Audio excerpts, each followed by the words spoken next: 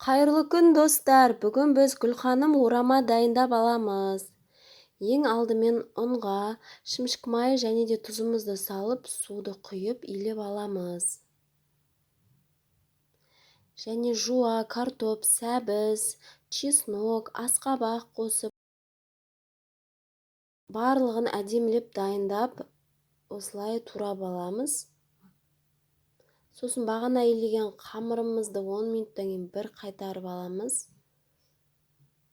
Сосын бетіне шамалы шымшық май, паприка, бұрыш, жаңағы тағы да қосатын болса кристалл қосып осылай қойып қоямыз. Сосын 4 бөлікке бөліп, қамырымызды әдемілеп жайып алатын боламыз.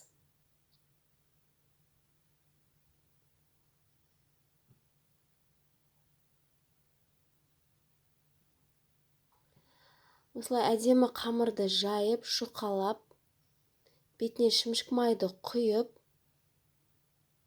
жан-жағының барлығына осылай тигізіп аламыз. Сөйтеміз да бетіне фаршымызды саламыз. Сосын осылай қайырып, орап, оны листімізге саламыз. Және де Гүлханымды да осылай листіге салып, кесіп алып листіге салсаңыздар болады. Біздің асымыз дайын. Ас болсын. Каналға тіркелуді ұмытпаймыз.